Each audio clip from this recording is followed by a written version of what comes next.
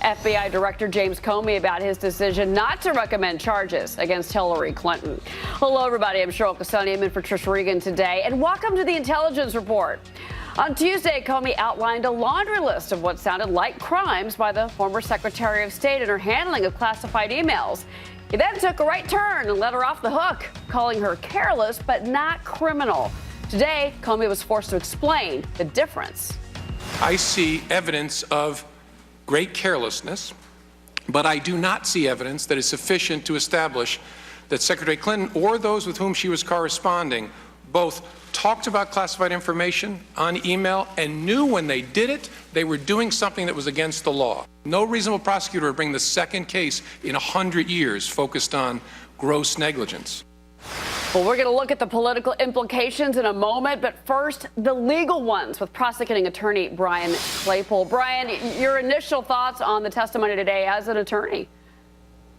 Well, Cheryl, I have 4 questions for FBI Director Comey. First of all, why did he not consider charging Hillary Clinton with gross negligence? Last time I checked, extremely careless is tantamount to grossly negligence. That's the first crime that wasn't considered. The second crime is perjury. She lied twice.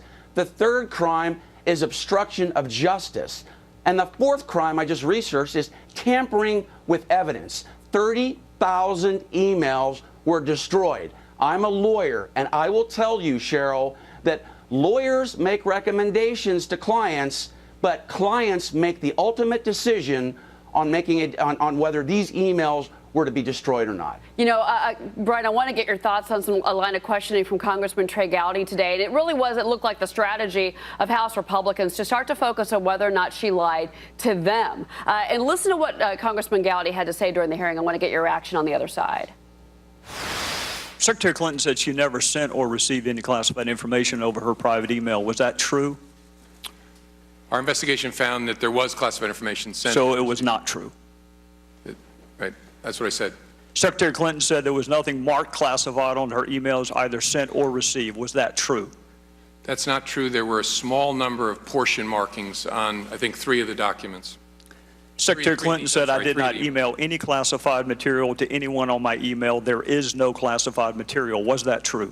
There was classified material emailed. So, Brian, you see where they're going with this. Did she lie to Congress? What do you think? Yeah.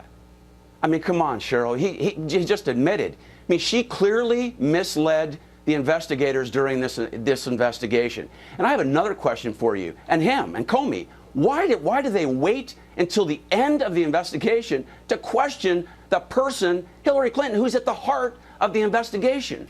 What if she had information that needed to be followed up on? It almost seemed, Cheryl, like this was a symbolic interview. And Director Comey didn't even seem to be involved in what kind of questions were supposed to be posed to Hillary Clinton. He was asked, for example, do you know if your investigator asked Hillary Clinton why she said on one hand she didn't receive or send classified emails, and then we found out that she did? How did she explain that? How did she reconcile that? He didn't even know whether that question was asked. Right, Brian, real quick, last question. I don't have a lot of time with you, but I do want to ask you about this. It seems to me that they could, if Congress wants to pursue this, they could take the information from the FBI investigation and use it maybe potentially towards her work with the Clinton Foundation. There's that's a separate investigation that's still ongoing. Is that legally possible? Can that be admissible to the investigation into the Clinton Foundation? Well, I would argue that all the evidence generated during this purported transparent investigation would be admissible in the investigation with her foundation. Absolutely. This is discoverable information, and they decided that she's not going to be prosecuted. So that makes the information now available for this subsequent investigation on the foundation. One last point, Cheryl. I have another question for Loretta Lynch. Why didn't she, as our U.S. Attorney General, take the time to at least review the plethora of information that was generated during this investigation before she came right out and said, well, I'm not going to prosecute? I mean, the FBI is not the prosecutor. The U.S. Attorney is. Well, Brian, there's a lot of questions now, and I think it's going to continue. Brian, thank you very much for your legal analysis on all of this. Now we're going to turn to the political